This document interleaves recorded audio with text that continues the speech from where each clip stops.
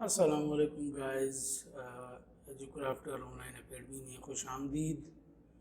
मैं हूँ आपका टीचर हैबत खान। और MS वर्ड के हवाले से हमने गो थ्रू किए थे 3 लेक्चर्स, 3 लेसन्स। आज हमारा लेसन नंबर 4 है। हमने सीखा था इसमें कि किस तरीके से जो है हम अपनी फ़ाइल को सेव करते हैं और अपनी फ़ाइल सेव की हुई फ़ाइल को ओपन करते हैं।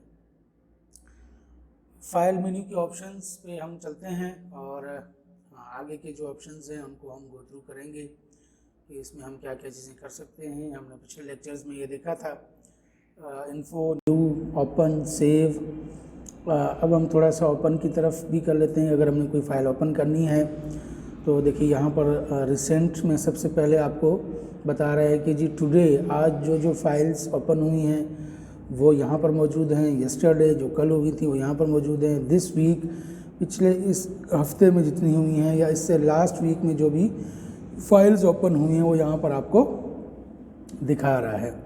तो ओपन से ये है कि एक तो हमें जो रिसेंट फाइल जिस पे हम काम कर चुके हैं, अगर हमें वो ओपन करनी है तो वो हम यहाँ से ओपन कर सकते हैं। उस पर क्लिक करेंगे, फ़ाइल ओपन हो जाएगी। ठीक है। अदरवाइज़ ये है कि आप कोई भी फ़ाइल जो आपकी कहीं और पड़ी हुई है और आपने रिसेंटली उसको यूज़ नहीं किया है तो वो आप यहाँ से ब्राउज़ करके उसे ओपन कर सकते हैं। ठीक है। डिफरेंट फाइल्स पड़ी हैं, इसमें से कोई सी भी फ़ाइल MS वर्ड की फ़ाइल ही होगी जो आप ओपन कर सकते हैं। ठीक है। तो हम फ़िलहाल ओपन नहीं करते, हमें ज़रूरत भी नहीं है। इसकी शॉर्टकट की Ctrl+O है। आप शॉर्टकट की मदद से भी जो है वो इसे ओपन कर सकते हैं। सेव एज पे हमने पढ़ा था कि एक फ़ाइल हमने सेव कर ली और सेव करने के बाद जो है वो दोबारा उसे रिप्लेस या रीनेम करने के लिए हम अपनी फ़ाइल को सेव एज़ करते हैं। सेव एज़ की शॉर्टकट की F12 है।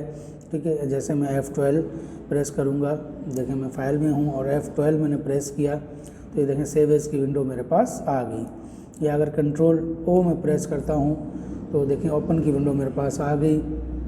Ctrl+N अगर मैं प्रेस करता हूँ तो नई डॉक्यूमेंट मेरे पास डायरेक्टली ओपन हो जाएगी। ठीक है जी। तो हम चलते हैं आगे की तरफ। आज हमारा जो फंक्शन है फाइल मेनू का वो है प्रिंट का फंक्शन। तो प्रिंट के फंक्शन में जो भी डिटेल्स हैं उनको हम थोड़ा सा देखेंगे कि जब हम प्रिंट करने के लिए जाते हैं तो कैसे हमारा पेज जो है वो ज़ाहिर हो रहा होता है। तो यहाँ पर हम उसी फाइल को नहीं, मैं कोई और फाइल ले लेता हूँ जिसमें हमें पता चले कि कैसे प्रिंट की जाती हैं चीज़ें। ये एक फ़ाइल बनी हुई है। ठीक है। ये डिफरेंट फाइल्स हैं और हम चलते हैं फाइल में और प्रिंट के फंक्शन पे देखें। जब मैंने प्रिंट पर क्लिक किया, अब प्रिंट करने का फ़ायदा ये होता है कि आप अपने डॉक्यूमेंट को, अपने किए हुए काम को, अपने सॉफ्ट डाटा को पेज पर प्रिंट कर सकते हैं। यानी कि आप अपने उसे पेपर पर जो है वो प्रिंट करके निकाल सकते हैं। तो उसके लिए सबसे पहले हमें समझना है कि प्रिंट की सेटिंग किस तरह करनी है, किस तरीके से पेजेस की सेटिंग करनी है। सबसे पहले यहाँ पर देखें प्रिंट का ऑप्शन आपको दे रहा है। प्रिंट अगर आप कर देंगे तो इस पेज को ये प्रिंट कर देगा। ये जो पेज आपके सामने नज़र आ रहा है, यहाँ से आपसे पूछ रहा है कॉपीज़, कितनी कॉपीज़ निकालनी हैं। अब यहाँ पे ये जो डॉक्यूमेंट है ये 4 पेजेस की डॉक्यूमेंट है। यहाँ से आप देख सकते हैं, ये देखें आगे करके देख सकते हैं कि जी कितने डॉक्यूमेंट की, कितने पेजेस की डॉक्यूमेंट है। तो आप 4 जो है वो पेजेस की डॉक्यूमेंट है। अगर मैं ये 1 कॉपी करके इसको ओके कर देता हूँ, यहाँ से और कोई भी चीज़ मैं सेटिंग नहीं करता तो ये इस 4 पेजेस की एक कॉपी जो है वो प्रिंट कर देगा। और यहाँ पर देखें ये प्रिंटर आपको दिखा रहा है, आपके पास जो भी प्रिंटर इंस्टॉल होता है उसकी लिस्ट आपको दिखा रहा होता है कि कौन कौन से प्रिंटर आपके पास इंस्टॉल हैं। इस वक्त जो भी प्रिंटर मेरे पास इंस्टॉल है वो लगा हुआ नहीं है तो ये ऑफलाइन बता रहा है। अगर ये कनेक्टेड होगा तो ये रेडी बताएगा। ठीक है। तो यहाँ से भी आप ही पता चल सकता है। कभी कभार ऐसा होता है कि आपने प्रिंटर कोई और सेलेक्ट किया होता है और आप प्रिंट कहीं और से निकाल रहे होते हैं तो भी प्रिंट नहीं आ रहा होता और अक्सर औकात लोग परेशान हो जाते हैं कि ये प्रिंट क्यों नहीं आ रहा। तो यहाँ से ये प्रिंटर की सेटिंग है कि कौन सा प्रिंटर आप इस वक्त यूज़ कर रहे हैं या आपके PC के साथ कनेक्टेड है। उसके बाद यहाँ पे देखें प्रिंट ऑल पेजेस। अब मिसाल के तौर पर अगर मैंने 4 पेजेस की एक कॉपीज़ निकालनी है यहाँ, या अगर मैं यहाँ से नंबर ऑफ़ कॉपीज़ बढ़ा दूँ तो जितने नंबर ऑफ़ कॉपीज़ मैं रखूँगा वो उतनी कॉपीज़ निकाल देगा। मेरे इन तमाम पेजेस की जो मेरे डॉक्यूमेंट में मौजूद हैं। लेकिन मैं चाहता हूं कि नहीं, मेरा जो यही पेज है इसी की मैं सिर्फ एक कॉपी निकाल दूं, तो मैं यहाँ से प्रिंट ऑल पेजेस के बजाय मैं इसकी सेटिंग कर लूँगा print current page. Print current page वो होता है जिस पे आपका कर्सर मौजूद होता है, जिस पर आप काम कर रहे होते हैं, वही आपके सामने जो होता है वो करंट पेज कहलाता है। तो अगर आपने सिर्फ उसी पेज को प्रिंट करना है तो हम करंट पेज प्रिंट की जो है वो सेटिंग कर देंगे इसको।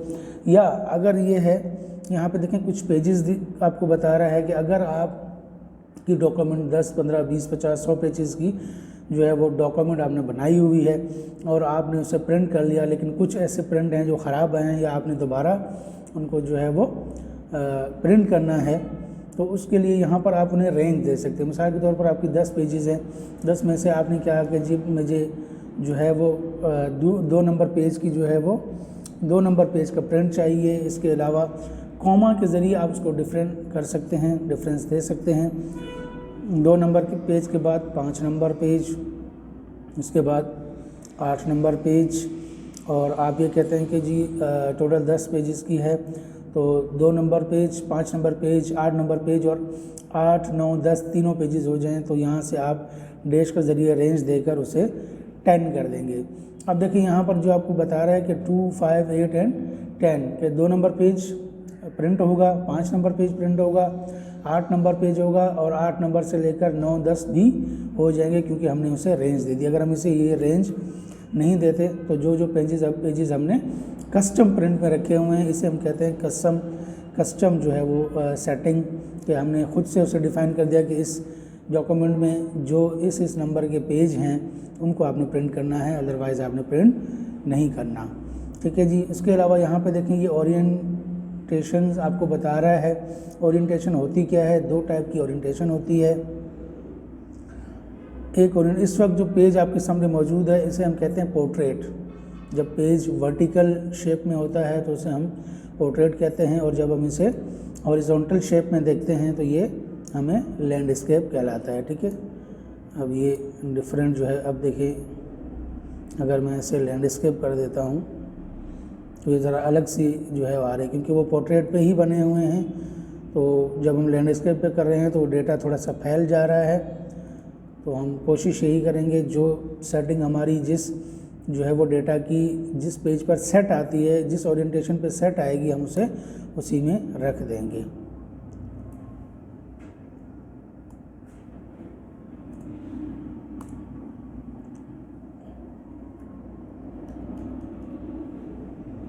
मैं दोबारा ज़रा प्रिंट की सेटिंग में चला जाता हूँ, थोड़ा सा इसमें मसला आ रहा है।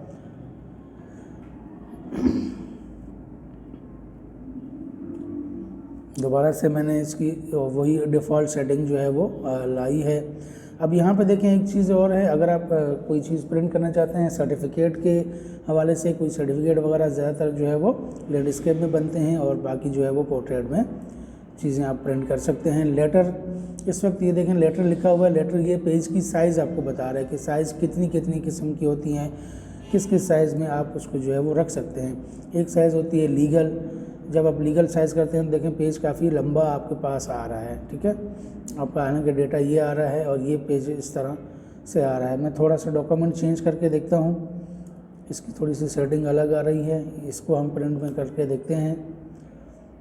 अगर इसे हम लैंडस्केप पे कर दें, देखिए ये लैंडस्केप पे इस तरीके से जो है वो आएगा, और अगर पोर्ट्रेट करेंगे तो पोर्ट्रेट पे इस तरीके से आएगा। ये लेटर साइज़ है। अगर हम लीगल साइज़ करते हैं तो देखिए लीगल साइज़ पेज लंबा होता है, और इसकी देखिए नीचे साइज़ आपको दे रहा है 8.5 इंच इसकी चौड़ाई है और 14 इंच इसकी लंबाई है। A4 साइज़ हम ज़्यादातर यूज़ करते हैं ऑफिस में, ऑफिस वगैरह के काम में A4 साइज़ हम यूज़ करते हैं। इसकी साइज़ यहाँ पर आपको मिल जाएगी। इसके अलावा ज़्यादातर जो फ़ोटोकॉपीज़ वगैरह वाले होते हैं, जो बाज़ार में आपको फ़ोटोकॉपी वाले मिलते हैं, उनके पास लीगल साइज़ का जो है वो पेज ज़्यादातर यूज़ होता है। अब ये आपके डेटा के ऊपर डिपेंड करता है कि आपका डेटा कितना है। अगर ज़्यादा है तो आप लीगल साइज़ ले सकते हैं। अगर आप कहते हैं नहीं जी मेरे पास तो पेज मौजूद जो फिज़िकल पेजेस हैं वो A4 साइज़ के हैं, तो आपने इसको A4 साइज़ ही रखना है। अगर फिज़िकल पेजेस आपके पास लीगल साइज़ के हैं तो लीगल साइज़ कर दें, क्योंकि प्रिंटर में जो पेज होगा उसी की सेटिंग के मुताबिक आप इस पेज को रखेंगे तो आपका डेटा बेहतरीन तरीके से प्रिंट होके आएगा। उसके बाद यहाँ पे देखें ये आपका मार्जिन है, और आप इस साइज़ में जाकर बाकी चीज़ों को भी जो है वो सर्च देख सकते हैं, उनको भी जो है वो गो थ्रू कर सकते हैं कि एनवेलप कैसे बनाए जाते हैं। ये सारी साइजेज़ हैं, लेकिन हम फ़िलहाल इसी पे चलेंगे। मार्जिन्स क्या होती है कि वो हिस्सा वो एरिया पेज का जहाँ पर आपका डेटा मौजूद नहीं होता वो मार्जिन होती है। जितनी मार्जिन छोटी होगी उतना जो है वो डेटा आपका ज़्यादा आएगा पेज में, जितनी आपकी मार्जिन बड़ी होगी तो उतना डेटा आपका कम आएगा। इसको हम आगे व्यू के फंक्शन में मज़ीद जो है वो देंगे। तो ये सिर्फ आपका प्रिंट का एक फंक्शन था कि किस तरीके से हम प्रिंट करते हैं। अब अगर मैं यहाँ से कॉपीज़ की साइज़ बढ़ा के और इसे यहाँ से प्रिंट कर देता हूँ, और ये मेरे पास ऑल पेजेस के बजाय मैं ऐसे करंट पेज कर देता हूँ, तो ये इसी पेज की जो है वो कॉपीज़ 4 कापीज़ जो है वो निकाल देगा। तो ये था हमारा प्रिंट का फंक्शन। इसके आगे देखें हमारे पास है शेयर। शेयर में ये होता है कि आप डायरेक्टली MS आउटलुक का अकाउंट होता है माइक्रोसॉफ्ट आउटलुक का, आप डायरेक्टली उससे अपनी फ़ाइल को शेयर कर सकते हैं, शेयर विद पीपल, ईमेल कर सकते हैं उसे, ठीक है। कहीं भी आपने भिजवाना हो तो भिजवा सकते हैं। इस वक्त नेट अवेलेबल नहीं है, नेट अवेलेबल होता है तो इसके मज़ीद हम जो है वो प्रैक्टिकल करते हैं, ठीक है जी। उसके बाद यहाँ पे देखें एक्सपोर्ट है। एक्सपोर्ट में क्या होता है, पहले ये चीज़ें नहीं होती थी, पहले के ऑफिसेज़ में बहुत कम होती थी। इवन 2010 तक ये चीज़ें बड़ी मुश्किल से मिलती थी, 2010 ऑफिस तक भी। 2013, 2016, 2019 के जो वर्जन है MS ऑफिस के, उनमें ये चीज़ें मिलती हैं आपको कि डायरेक्ट आप अपनी फ़ाइल का PDF जो है वो क्रिएट कर सकते हैं। PDF जो है वो आपका ऐसा फॉर्मेट होता है कि आपने कभी भी कहीं भी अपनी फ़ाइल को भेजना है तो आपका डेटा जैसे जहाँ पर मौजूद होगा वैसे ही रहेगा, उसमें कोई चेंजिंग नहीं होगी, आगे पीछे नहीं होगा। तो उसके लिए हम ज़्यादातर PDF जो है वो बनाते हैं। तो अगर आपने PDF बनाना है तो यहाँ से क्रिएट PDF, बल्कि हम एक PDF बना देते हैं ताकि आपको जो है वो पता चले। मैंने देखे PDF पे क्लिक किया, एक्सपोर्ट में जाकर क्रिएट PDF में क्लिक किया तो यहाँ से मुझे बता रहा है कि जी पब्लिश करना है PDF और XPS डॉक्यूमेंट का, यही है, ठीक है जी। मैं इसको डेस्कटॉप में रख देता हूँ ताकि आपको दिखाने में आसानी हो। यहाँ से ऑलरेडी एक जो है वो बनी हुई है, चलें उसी को हम रिप्लेस कर लेते हैं। और ये देखें जी आपकी अब ये PDF फॉर्मेट में आपका वर्ड का डेटा जो है वो आ गया। इससे ये होता है कि अभी आपका डेटा कहीं भी जाएगा तो ये ख़राब नहीं होगा, एज इट इज़ जैसे है वैसे ही रहेगा और उसका रिज़ल्ट भी अच्छा आता है, ठीक है जी। उसके बाद देखिए आपके पास क्लोज़ का फंक्शन है। क्लोज़ से क्या होता है कि आप की जो विंडो है, आपके जो डॉक्यूमेंट है, जो करंट डॉक्यूमेंट जिसके ऊपर आप काम कर रहे हैं, अगर आप उसे क्लोज़ करना चाहते हैं तो वो क्लोज़ हो जाएगी। पूरा MS वर्ड क्लोज़ नहीं होगा बल्कि वो डॉक्यूमेंट सिर्फ क्लोज़ होगी। अगर मैं इसे डोंट सेव करके क्लोज़ कर देता हूँ, देखें वो जो डॉक्यूमेंट जिसके ऊपर मैं काम कर रहा था वो डॉक्यूमेंट मेरी क्लोज़ हो गई, ठीक है जी। तो ये था हमारा MS वर्ड का लास्ट चौथा लेसन जिसमें हमने फाइल मेनू को हमने तकरीबन कंप्लीट कर दिया। उसके आगे की चीज़ें जो है वो कुछ और ही हैं, उनको हम जो है वो इस लेसन में थ्रू, बल्कि आगे कभी अगर मौका मिला तो ये अकाउंट और ऑप्शन को हम देखेंगे, क्योंकि ये काफ़ी सारी पेचीदा चीज़ें हैं इसमें, ठीक है जी। उम्मीद है यहाँ तक समझ में आ गया होगा। मज़ीद चलते हैं नेक्स्ट लेक्चर की तरफ। शुक्रिया।